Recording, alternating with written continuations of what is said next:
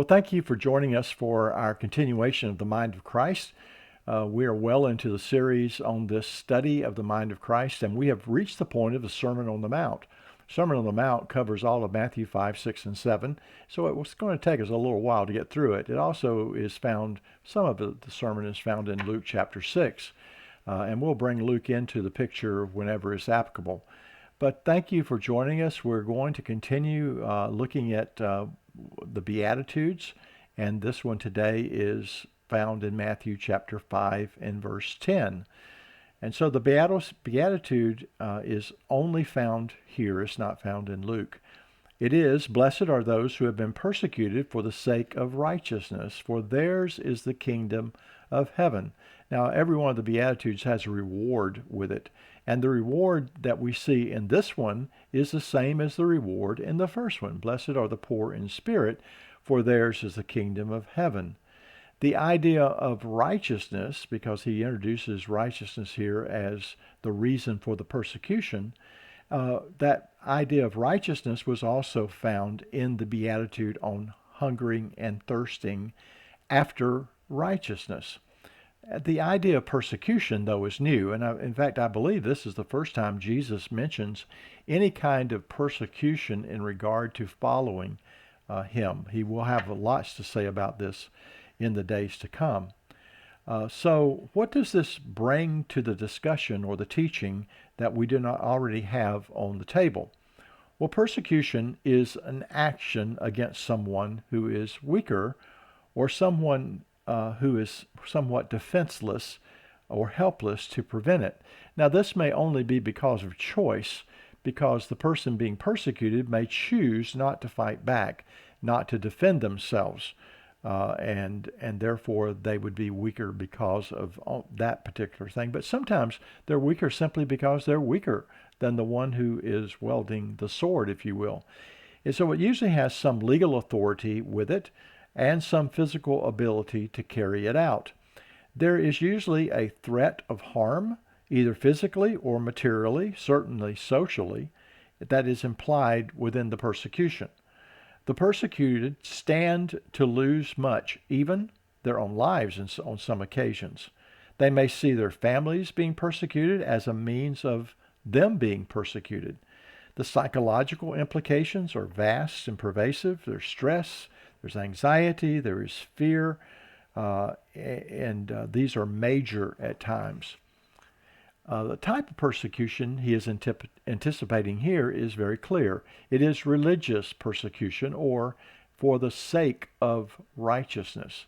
Now, this may be a non-observation, but one I think that I see, and that the blessing is for the one who has been persecuted, not the one being persecuted.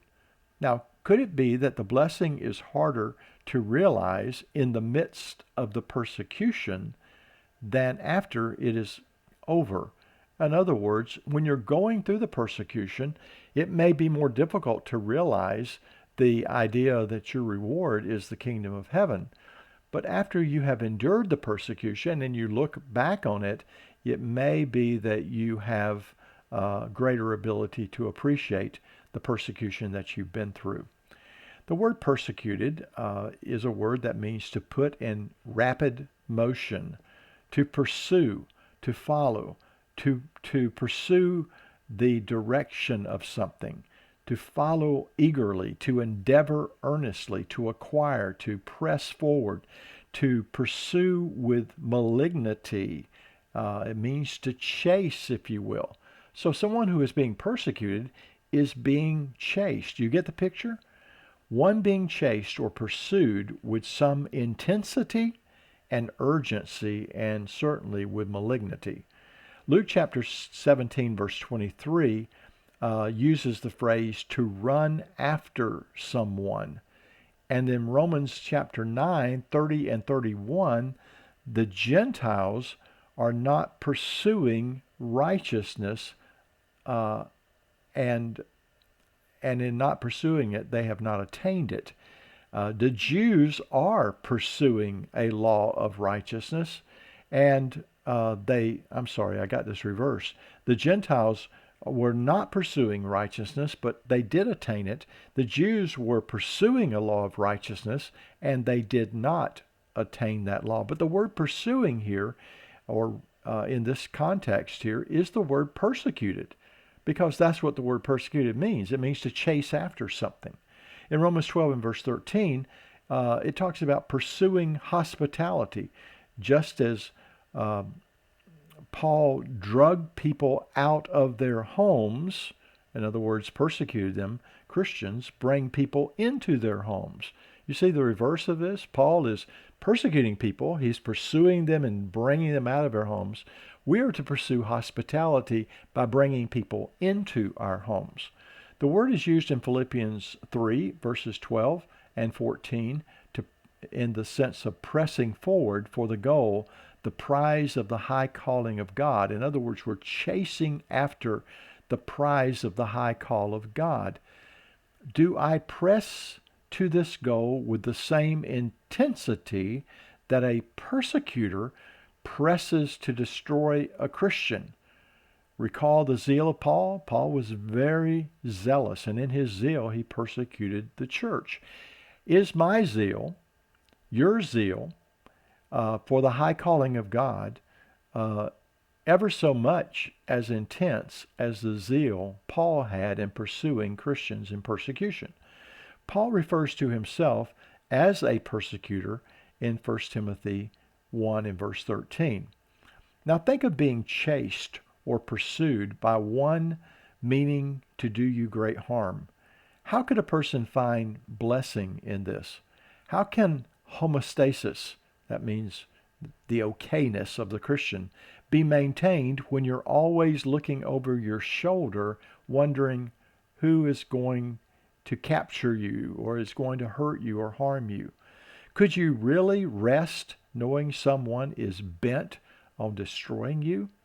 The instruction Jesus gives regarding our response to persecution, the persecutor is of great importance and can be applied to less stressful situations where our lives may not be at stake, but in places like on our job or with our reputation or our marital status or our economic well-being. In other words, what we can learn here in this beatitude about being persecuted for righteousness' sake may apply in situations that may be less intense than someone who is pursuing us to take our lives in some kind of religious persecution. But in this case, the persecution is for the sake of righteousness. In verse 11, it is spoken of on account of me. In other words, people who are persecuted on account of Christ. Remember what we hunger and thirst for? Yes, that's right. Righteousness. We hunger and thirst for righteousness. So might we understand Jesus to say, for the sake of maintaining our appetite for righteousness, we learn to respond properly to the persecutor, lest he divert our attention and we lose our taste for a right relationship with God. In other words, what is happening to us in the midst of the persecution? Do we continue to pursue righteousness while we are being pursued by the persecutor? Persecution, in other words, someone chasing us, causes us often to focus on the persecutor in order to survive, while righteousness is about thriving, not surviving, thriving. The goal is not to give the persecutor any power over us. So righteousness must be maintained during the persecution. But righteousness is also the reason for the persecution. Why would someone persecute another person? For pursuing righteousness. Why would that be an occasion for persecution? Well, one might disagree as to how righteousness is obtained, but if another person really desires a good relationship with God, then we should be happy that someone is pursuing righteousness. But for the Jewish persecution of Christians, they thought their righteousness was enhanced by destroying Christians who pursued righteousness through Jesus Christ. In other words, they thought that their right relationship with God was being enhanced or was being improved because they were persecuting Christians. So is the motivation control, merely wanting to control others, or does it run deeper than that? Perhaps, quote, twisted honor. Twisted honor. Paul provides some sense of insight into this. And so we're asking the question, how and why does a person become a persecutor? Why do they do that to other people? Well, here's what insight we gain from the life of Paul, since he lived on both sides of this equation. He was both the persecutor and then he became the persecuted. Well, in 1 Timothy chapter 1 and verse 13, Paul describes himself as a blasphemer, a persecutor, and a violent man, an aggressor. He says he acted ignorantly in unbelief. Now, that's a very important phrase here because we get insight into why Paul was doing what he was doing. He acted ignorantly in unbelief. Could we say that two ingredients are always present in the persecutor? The first ingredient is ignorance, and the second ingredient is unbelief. The person is ignorant of something, obviously. They do not know, and they may not care to know what would make a difference in their actions. In other words, they have pursued a course of action, persecution, and they may not want to even understand why they shouldn't be doing that. More knowledge does not mean agreement, but it does provide understanding, and with that comes some perhaps compassion and sympathy for other people. And so even how should we understand the persecutor? Perhaps we should try to understand the persecutor by having more understanding of why they do what they do. Clearly, Paul did not believe in Jesus, and he felt like those who did were a threat to Judaism. Their means of salvation were by that time diametrically opposed to one another. It is law, is what the way the Jews pursued righteousness was through law, and the Christians were pursuing righteousness through grace. Though he learned, in other words, the ignorance was averted, that God's means of salvation had always been grace or righteousness by faith. Before the Damascus Road experience, he opposed Christians. But why violently? Why did he violently oppose Christians? Why Stephen? In Acts 8:3, he began ravaging the church, entering house after house and dragging off men and women. He would put them in prison. The word ravage means to soil or to insult or to make havoc. He would loosen, he would break up, he would destroy, he would dissolve. And so these are the actions that Paul took towards the church of his day. In Philippians 3, verse 6, Paul mentions zeal to describe his actions as a persecutor. Paul burned with zeal for God, which led him to burn with zeal against those he thought opposed God. Truly, persecution to the persecutor is holy war. As the Muslim would say, it is jihad. In Paul's life, he had confidence in the flesh as the basis for his persecution. So when you combine ignorance, unbelief, and then you add to it fleshly confidence, you have the making of persecution. Now I want you to reflect on those who persecuted Jesus for insight. In John 16 and verse 2, Jesus further explains the persecutor will think that he is offering service to God. It seems that in this particular place, that he thinks that he's actually worshiping God by persecuting other Christians. It may seem strange that that someone who is a persecutor would think that it is part of their worship to God, their service to God, to actually persecute other people. Well, it dawned on me that for the sake of righteousness can be taken two ways. Who is under consideration? The persecutor or the persecuted? When I look at John 16, verses 1 and 2, and Philippians 3, the motive of the persecutor could be also righteousness. They may be persecuting because they think it is the righteous thing to do. Now, I doubt that this is it, but it is possible to view this passage in this way. If it were, it would certainly imply the persecuted is so because of their different pursuit of righteousness. In other words, there's two different pursuits here. One is pursuing righteousness by persecuting a Christian. The Christian is pursuing righteousness because of their or by their faith in Jesus. Well, the opposite is true, that the persecuted implies that the persecutor is also pursuing righteousness. The problem either way is that the two paths or ways of righteousness are in direct conflict with one another. Righteousness by faith clashes with righteousness by works. Such call for a sharp rebuke. So we see that in Titus 1 verse 3, and of course Jesus' famous sermon in Matthew 23. The fact that people chase or pursue righteousness does not mean the pursuit is holy, right, and sanctified.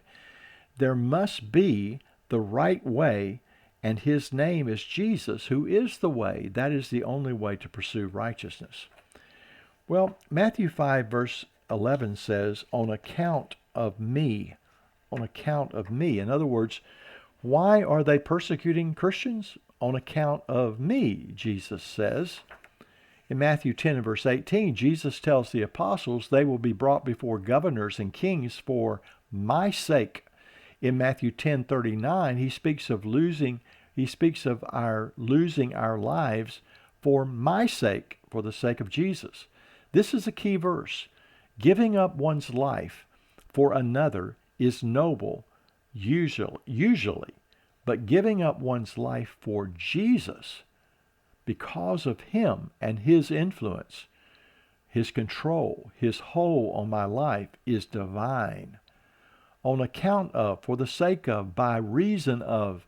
Why do we allow ourselves to be persecuted instead of fighting back? Because it is for Jesus. It is for him. It is for his sake. Why would anyone embrace a position that would put their lives, their families, their wealth, their reputation at risk, knowingly, accepting persecution, not looking for it, if it comes because one believes in and follows Jesus, is what Jesus is pronouncing a blessing over. This is our laying down our lives for Jesus. This is our saying nothing is more important than Jesus, including my mental and physical well-being.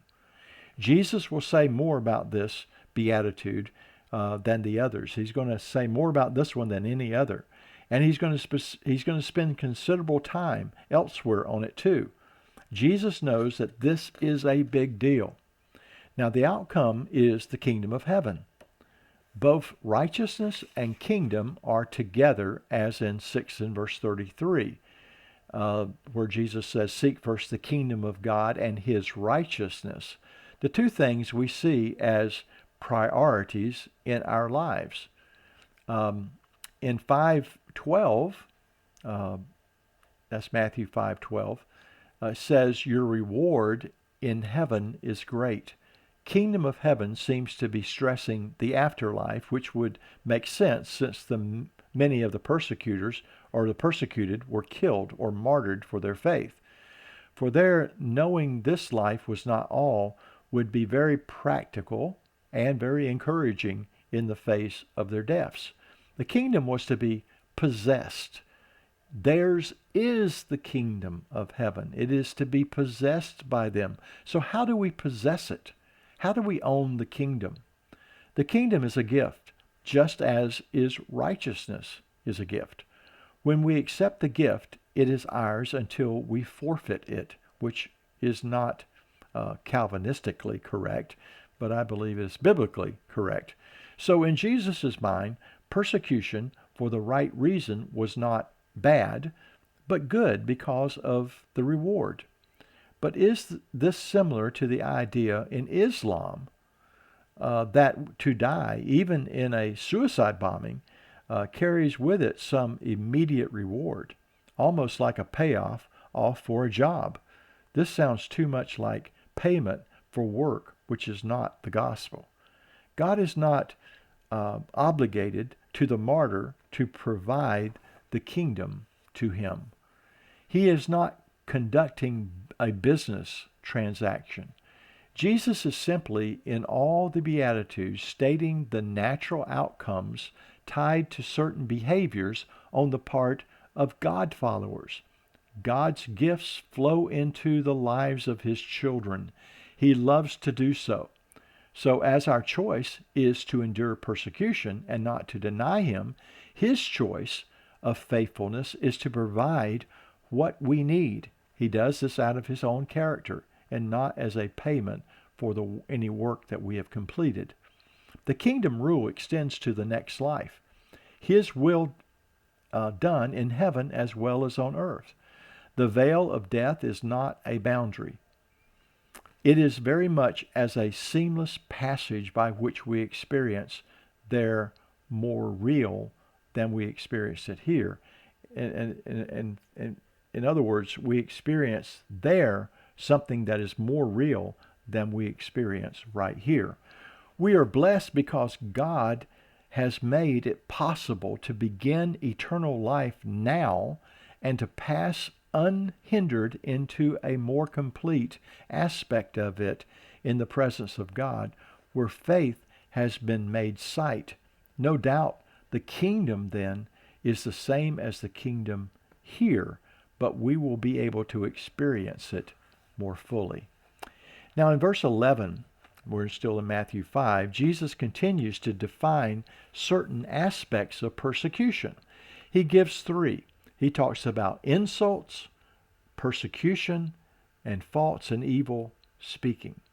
Well, the insults is to censor someone, to upbraid, to revile, to insult someone. Is just oppressive language. In Matthew 11 and verse 20, Jesus does this against the cities where he did miracles but was not accepted. Chorazin, Bethsaida, Capernaum, he pronounces a woe and assigns them to judgment and to the depths of Hades. He compares them to the notorious cities of Tyre and Sidon and Sodom. So we have an example of reproach, and here is deserved and is served up by the Son of God. But it's the same kind of reproach that is given to Christians, not because they deserve it, but simply because people are trying to insult them. In Mark chapter 16 and verse 14, Jesus reproached the disciples for their unbelief and their hardness of heart, because they did not believe those who had seen him after he had risen. And so, in both cases, the reason for Jesus' reproach is because of unbelief and hardness of heart. In James 1:5, the one who asks for wisdom, God gives generously without reproach. In other words, without insult. Why? Because this person is not set on unbelief and hardness. They're looking for wisdom from God.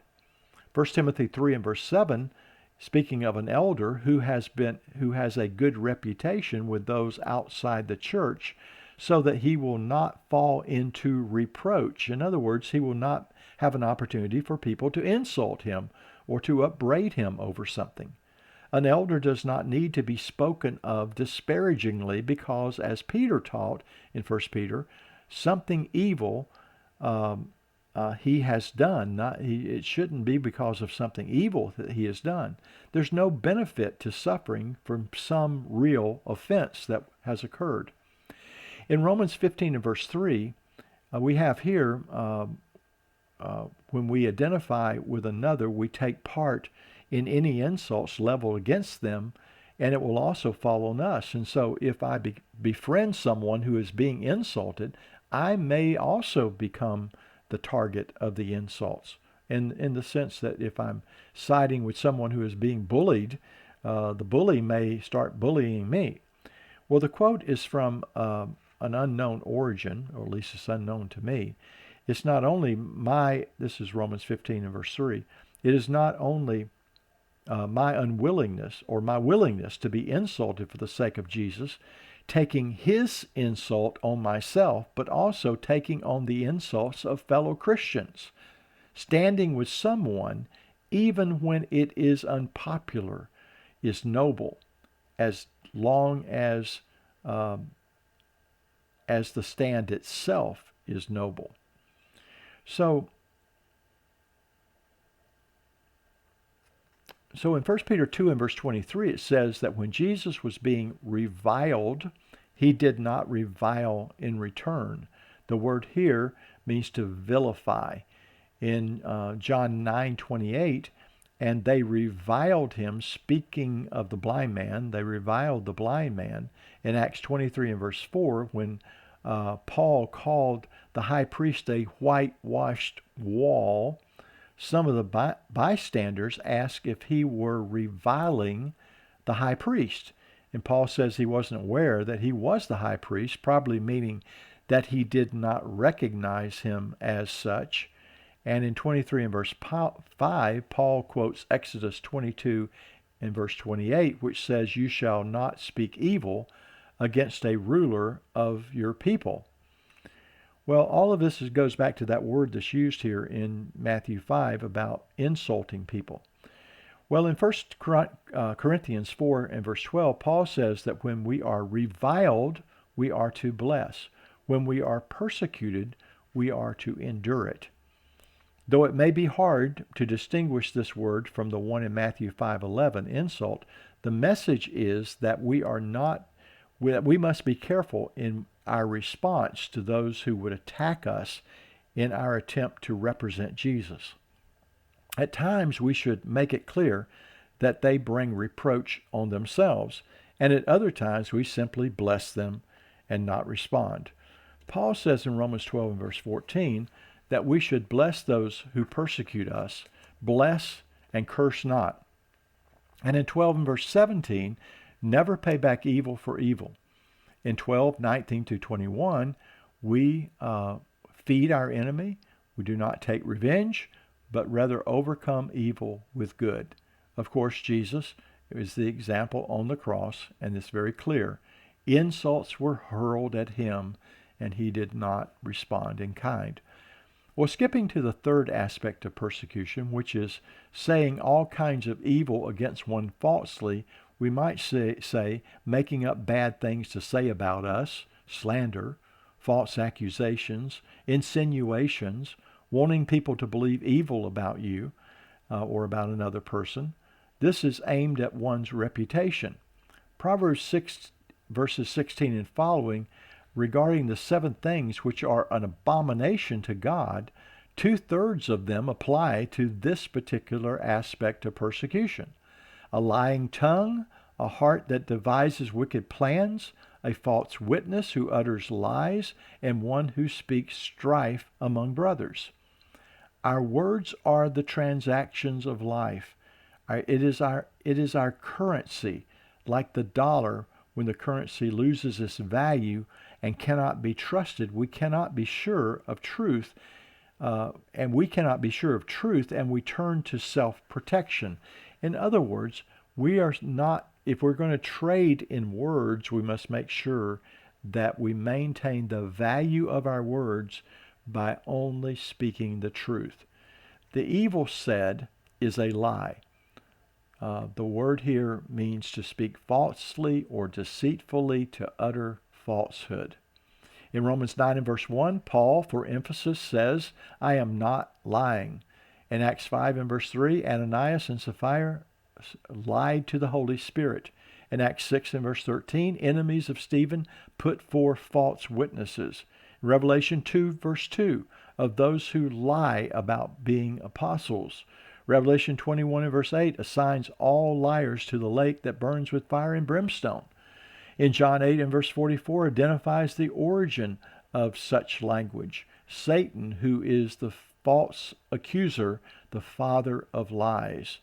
There is no truth in him. Ephesians 4:25, Paul urges the laying aside of all falsehood and learning to speak the language of truth to our neighbor, since we are members of one another. 2 Thessalonians 2 verse 9 includes false or lying wonders. In Romans 3 verses 6 through 8, Paul equates unrighteousness with a lie. Since Jesus is truth, then lies in any form are opposed to this. So what are the natural outcomes to being accused of evil falsely? Well, it depends on if anyone actually believes the false charge. It is difficult to prove something is not true. Everyone expects a guilty person to say that the charge is false. Jails are full of folks who didn't do it. Jesus adds all kinds of evil to the mix. There's no limit to what one can say if it is false. Truth limits speech to what is actually true. A lie is unlimited in scope. A small lie can be as damaging as a large lie, though a distinction is hard to make. Jesus had many charges made against him. That is an example that he opposed Caesar, that he was going to tear down the temple, that he violated the Sabbath. When someone's motive is to destroy another, carefully checking facts or seeking to fully understand another's position is not always top priority. We assume we know it all, and that any protest is merely a pathetic defense of truth. Well, 5:11, we're back in Matthew 5:11, also uses persecution again to be pursued, as we've already talked about. Well, the response Jesus commands is rejoice and be glad. Rejoice. To be cheerful, to be calmly happy, or to be well off. The wise men were rejoicing exceedingly with great joy, Matthew 2 and verse 10, at seeing the star. The shepherds who find the lost sheep rejoices over it more than the 99 who were not lost, Matthew 18 and verse 13. Notice what evil people rejoice in. Mark 14 and verse 11, on hearing Judas was going to betray Jesus, they rejoiced in that. In Luke chapter 6 and verse 23, in the same beatitude context, it says, be glad in that day and leap for joy. Well, in Luke 10 and verse 20, Jesus tells his disciples not to rejoice in the Spirit submitting to them, but that their names have been written in heaven. And John the Baptist explains that the friend of the bridegroom rejoices greatly at the bridegroom's voice. And so this joy of mine has been made full, John 3 and verse 29. Perhaps strangely, in John 11 verse 15, Jesus was glad he was not there when Lazarus died because of an opportunity for faith. In John 14 and verse 28, the disciples should have rejoiced to hear Jesus was going to the Father because the Father is greater. Again, in Philippians 1 and 18, Paul rejoices that Christ is proclaimed. Philippians 2, 17 and 18, rejoicing at being poured out like a drink offering, in sending Epaphroditus to them so that they would have opportunity to rejoice, Philippians 2 and verse 28. And again in Philippians 3 and verse 1, rejoice in the Lord always. Again, I say rejoice. In sharing in the sufferings of Christ, we rejoice in view of his coming. And then joy we will have, 1 Peter 4 and verse 13. This is worked into a greeting in Acts 15 and verse 23, simply greetings. 23:26, James 1:1. But we are not to give false teachers a greeting. Opportunities for rejoicing include Jesus' first coming, finding the lost, our names being written in heaven, hearing Jesus' voice, opportunity for faith to be built, Jesus with the Father, the Christ is proclaimed, and to be able to suffer with Jesus. Now, I want to end there because, and we're not really done with this idea of persecution, but one of the reasons I wanted to give you this list and go into detail about the various things that we're to rejoice about, when we're told to rejoice in our sufferings, I think it needs to be put in context of all the things that we rejoice about. When we see that we have much to rejoice about as a Christian, then we can find joy in suffering for the cause of Christ because of all the other things that we have to rejoice in.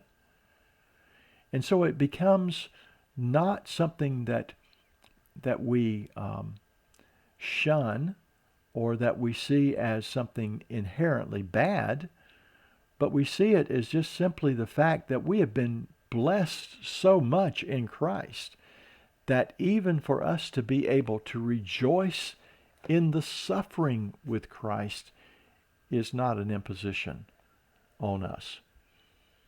Now, one of the things I'm going to do when we come back next time is that even though we're not very far into the Sermon on the Mount, I'm going to take some time to review some of the things that we have already talked about in the Sermon on the Mount. And there's quite a few things that I want to bring to your attention because I don't want to just run through material here without us hopefully trying to retain some things. In the course of that, after I'm done with that, we're going to talk about persecution some more because he has more to say about persecution and this beatitude than he does any of the other beatitudes that we've studied thus far. Well, this is enough for today. And again, I encourage you, these are in-depth Bible studies. It gets into a lot of Scripture. The best way to study this is with a pause button and a Bible where you can look up the Scriptures and one by one, you can piece together the understanding of what Jesus is saying. And by doing so, we will gain the mind of Christ. Again, thank you for joining me. God bless.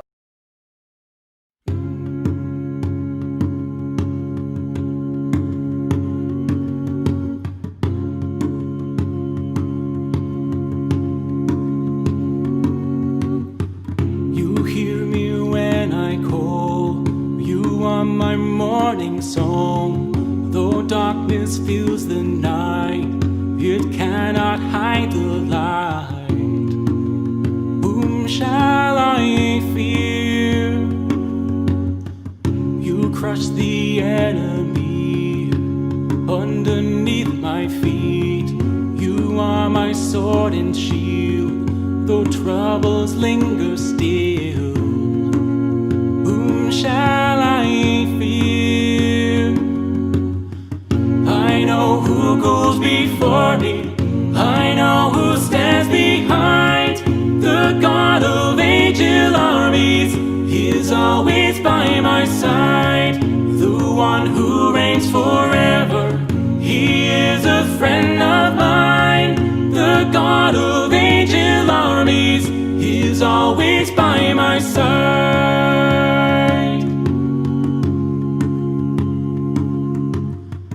My strength is in your name, for you alone can save.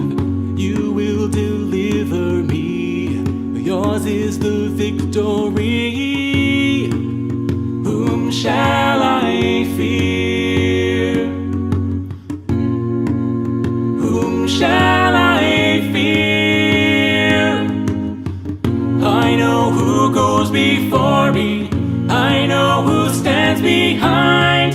The God of angel armies is always by my side. The one who reigns forever, he is a friend of mine. The The God of angel armies is always by my side, and nothing formed against me shall stand. You hold the whole world in your hand. I'm holding on to your promises. You are faithful, you are faithful, and nothing formed against me shall stand. You hold the whole world in your hand. I'm holding on to your promises. You are faithful, you are faithful, you are faithful.